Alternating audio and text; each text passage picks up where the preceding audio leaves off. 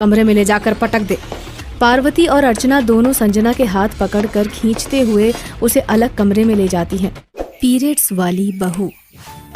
College से निकलकर Sanjana bus stand की तरफ चलती है तो अचानक ही उसे लगता है कि कोई उसका पीछा कर रहा है, मगर वह पीछे मुड़कर देखती है तो कोई भी नहीं नजर आता। कमाल है, लग तो रहा था कि कोई मेरे पीछे पीछे चल रहा है, मगर यहाँ तो कोई नहीं दिखाई दे रहा। यह कहते हुए संजना आगे चलने लगती है और उसे फिर लगने लगता है कि कोई उसका पीछा कर रहा है। ऐसा उसे कई बार महसूस होता है। अंत में वह बस स्टैंड पर आकर खड़ी हो जाती है और वहाँ कुछ लड़के उसे देखकर हंसने लगते हैं। बेवकूफ, मुझे देखकर ऐसे हंस रहे हैं जैसे कि जिंदगी में पहली दफा किसी लड़की को देख रहे हैं। तभी वहाँ बस आकर रुकती है और जैसे ही संजना बस में चढ़ने लगती है, आशीष उसका हाथ पकड़कर एक तरफ खींच लेता है। बदतमीज बदमाश, तूने मेरा हाथ पकड़कर बस में चढ़ने से रोका? ले, तुझे अभी सबक सिखाती हूँ। यह कहते हुए संजना आशीष के गाल पर एक जोरदार चांटा जड़ देती है। आया मजा? फिर करेगा ऐसी शरीफ लड़की के साथ ऐसी गंदी हरकत?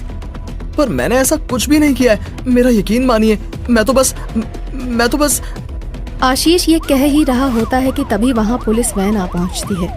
कसम इस खादी वर्दी की, चोरू चक्कों और मजनू रांझों की जमकर ठुकाई करता हूँ। चला कर बैठ वैन में। पर मैंने कुछ गलत तो किया ही नहीं। कसम इस खाकी वर्दी की, वो तो थाने चलकर ही पता चलेगा तुझे कि तूने क्या गलत किया है। हाँ, इसे ले जाइए इंस्पेक्टर सर और अच्छा सबक सिखाइएगा।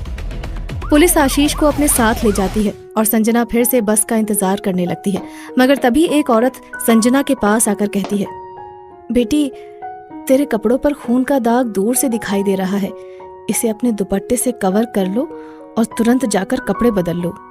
यह सुनते ही संजना चौंक जाती है और अचानक ही उसकी आंखों के सामने बेचारे आशीष की तस्वीर घूमने लगती है, जो उसे इसी बारे में बताना चाहता था। संजना खून के दाग को अपने दुपट्टे से कवर करके तुरंत ऑटो से घर जाकर कपड़े चेंज करती है और उल्टे पांव थाने जाकर आशीष को छुड़वाती है। वह आशीष से माफी मांगते हुए कहती है, मेरा नाम संजना है, प्लीज हो सके तो मुझे माफ कर देना। मैं खामखा आपको गलत समझ बैठी। माफी रहने दीजिए संजना जी, बस आपके सामने मेरी बेगुनाही साबित हो गई, मेरे लिए वही काफी है। उस दिन के बाद संजना और आशीष के बीच अच्छी जान पहचान बन जाती है। संजना मन ही मन आशीष को चाहने लगती है। दोनों कभी पिकनिक के बहाने तो कभी चाय के बहाने एक दूसरे से मिलने लगते हैं और एक दिन संजना आशीष से कहती है, आशीष, मैं तुमको पसंद करती हूँ और तुमसे शादी करना चाहती हूँ। ये तो बहुत अच्छी बात है संजना, तुम्हारी जैसी जीवन संगिनी पाकर तो मैं धन्य हो जाऊंगा। आशीष और संजना की शादी हो जाती है। ससुराल आकर संजना बहुत खुश होती है। क्यों बहू, कैसा लगा ससुराल? सब बहुत अच्छे हैं माँ जी। हाँ, पर मैं थोड़ी सख्त हूँ, मुझे नियम कायदे से चलना पसंद है।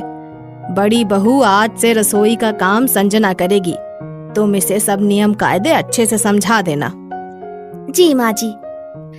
एक दिन पार्वती संजना और उसकी जेठानी को बुलाकर कहती है, सुनो बड़ी बहू, कल पूर्णमासी है और मैं चाहती हूँ कि घर में भगवान श्री सत्यनारायण की कथा करवा दूं। प्रसाद बनाने का काम संजना कर देगी और पूजा पाठ की तैयारी तुम कर देना। संजना सुबह सुबह प्रसाद बनाकर पूजा घर में रख देती है और फिर सास के पास जाती है। माँ जी, आज आप ये साड़ी पहनना, बहुत जचेगी आप पर। ठीक है, तेरी यही इच्छा है तो ला, पहन लेती हूँ। पार्वती वो साड़ी पहनकर कथा श्रवण को आई औरतों के बीच आकर बैठ जाती है और तभी वहाँ संजना प्रसाद रखने आती है, मगर जब वो प्रसाद रखकर वापस मुड़ती है तो अचानक ही एक औरत की नजर उसके कपड़ों पर लगे खून के दाग पर पड़ जाती है। खून का दाग देखते ही वह तिलमिला उठती है और वह पार्वती से कहती है, हाय राम, पार्वती बहन, ये क्या अनर्थ हो रहा है तेरे घर में?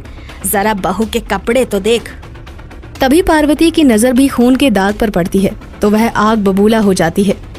सत्यानाश हो तेरा, सब कुछ अशुद्ध और अपवित्र कर दिया। क्या तुझे अपनी माहवारी का भी ध्यान नहीं रहा? सचमुच ध्यान नहीं रहा माँ जी, मैं अभी कपड़े बदल कर आती हूँ। यह कहकर संजना जाने लगती है, मगर पार्वती क्रोध में चीखना शुरू कर देती है। बड़ी बहू, ओ बड़ी बहू, कहाँ मर गई? जल्दी से आ। जी माँ जी, कहिए क्या हुआ? क्या हुआ? सत्यानाश हुआ। क्या तूने छोटी बहू को माहवारी के नियम कायदे नहीं बताए?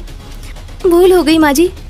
उनकी ऐसी रूढ़िवादी बातें सुनकर संजना हैरान हो जाती है और कहती है, ये तो नेचुरल क्रिया है माँ जी, इसमें इतना हंगामा करने वाली कौन सी बात है। मैं अभी नैपकिन लगाकर कपड़े बदल लेती हूँ। चुप कर। जब तक तेरी माहवारी खत्म नहीं होती तब तक तू हम सब के लिए अछूत है, अछूत। किसी भी चीज को छुआ तो तेरे हाथ काट दूंगी, समझी? यह कहकर पार्वती बड़ी बहू को आदेश देती है, बड़ी बहू इस करमजली को पकड़ और उस अलग कमरे में ले जाकर पटक दे। पार्वती और अर्चना दोनों संजना के हाथ पकड़कर खींचते हुए उसे अलग कमरे में ले जाती हैं और फिर पार्वती उसे समझाते हुए कहती है, अब से तू इसी कमरे में रहेगी और माहवारी खत्म होने पर स्नान करके ही घर में प्रवेश करेगी। ये क्या अत्याचार है माँ जी? आज के जमाने में ऐसी दकियानूसी विचारधारा भला कौन फॉलो करता है? इस घर की यही परंपरा है छोटी बहू, और इस परंपरा को घर की सब औरतें हमेशा से निभाती आई हैं, इसीलिए तुम्हें भी निभानी पड़ेगी। मैं तुम्हारे लिए खाना बाहर दरवाजे पर रखवा दिया करूंगी, उठाकर खा लिया करना। संजना मॉडर्न विचारों वाली महिला थी और माहवारी की असलियत और अहमियत को अच्छे से समझती थी, इसीलिए उससे यह जुल्म बर्दाश्त नहीं होता। वह 2 दिनों तक भूखी प्यासी उस कमरे में कैद रहती है और जब बात बर्दाश्त के बाहर हो जाती है तो वो अपने भाई गणेश को फ़ोन करती है। हेलो गणेश भैया, कहाँ हो तुम? कार में हूँ लाडली बहना, ऑफिस जा रहा हूँ। बोलो क्या करना है? ऑफिस बाद में जाना, पहले सीधे मेरे ससुराल चले आओ और मुझे घर ले जाओ। यह सुनते ही गणेश तुरंत संजना के पास चला जाता है। क्या हुआ लाडली बहन, यूं अचानक ससुराल छोड़ने का फैसला क्यों? कोई खटपट वाला मामला है क्या? ये सब मैं तुम्हें घर जाकर बताऊंगी, अब घर चलो। संजना को यूं अचानक मायके जाते देख पार्वती को बुरा लग जाता है और वह कहती है, इस घर से जा तो रही हो, पर याद रखना जब तक मेरे चलाए नियम कायदे निभाने की कसम नहीं खाओगी, मेरा बेटा तेरी शक्ल तक नहीं देखेगा। अगले दिन आशीष घर आता है और घर में संजना को ना देखकर परेशान हो जाता है। माँ, संजना दिखाई नहीं दे रही, कहीं बाहर गई है क्या? आशीष के ये पूछने पर पार्वती और अर्चना उसे सब बता देती हैं और उनकी बात सुनकर आशीष कहता है, ये कैसा नियम कायदे हैं? ये तो दकियानूसी विचारधारा है। मैं तो कहूँ सीधे सीधे भ्रम है, भ्रम। भला ऐसे नियम कायदों से क्या लाभ? तभी आशीष का बड़ा भाई अजय वहाँ आ जाता है और उसे समझाने लगता है, माहवारी को लेकर जो नियम इस घर में सालों से निभाए जा रहे हैं, तुम उन पर सवाल क्यों उठा रहे हो? क्योंकि ऐसा नियम अंधविश्वास है, भ्रम है और औरतों पर अत्याचार है भैया। ऐसे नियम माहवारी के समय औरत को खतरे में भी डाल सकते हैं। यह सुनकर पार्वती भड़क जाती है। तू कहना क्या चाहता है बेटा? क्या मैं तुम्हारी जोरू के लिए बरसों से चले आ रहे नियम कायदे तोड़ दूं? हाँ, तोड़ दो माँ, क्योंकि आज विज्ञान का जमाना है। माहवारी जैसे समय में खुद को स्वच्छ और सेहतमंद बनाए रखने के लिए महिलाओं के पास अच्छे साधन उपलब्ध हैं। यह सुनकर भी पार्वती अपनी जिद छोड़ने को तैयार नहीं होती। मैं ऐसे साधनों में कोई विश्वास नहीं रखती। मेरे घर में तो वही पुराने नियम चलेंगे, बस। तो ठीक है, मैं भी अब इस घर में नहीं रहता। आज ही घर छोड़कर चला जाता हूँ। संजना को साथ लेकर कहीं भी रह लूंगा। यह सुनकर पार्वती की जिद एकाएक समझौते और समझदारी में बदल जाती है और वह मन ही मन अपनी हार मानते हुए कहती है, मुझे ऐसे नियम कायदे नहीं चाहिए जो मेरे बेटे को ही मुझसे अलग कर दे। आज मेरी आंखें खुल गई हैं और मैं समझ गई हूँ कि जमाना वास्तव में बदल गया है। अब जल्दी से जा और बहू को घर लेकर आ जा। और हमारी देवरानी को बोलना कि अब उसकी सास भी उसी की तरह आधुनिक सोच रखने वाली हो गई है। इस तरह पार्वती पुराने रूढ़िवादी ख्यालों को हमेशा के लिए त्याग देती है और उसका यह बदला हुआ रूप देखकर सब खुश होते हैं। फिर वह खुद संजना को घर लेकर आती है और अगली पूर्णमासी को खुशी खुशी सबके साथ मिलकर अपने घर में विधिवत भगवान सत्यनारायण की कथा संपन्न कराती है। इस तरह भगवान तो प्रसन्न होते ही हैं, साथ ही रूढ़िवादी गलत परंपरा का अंत भी हो जाता है।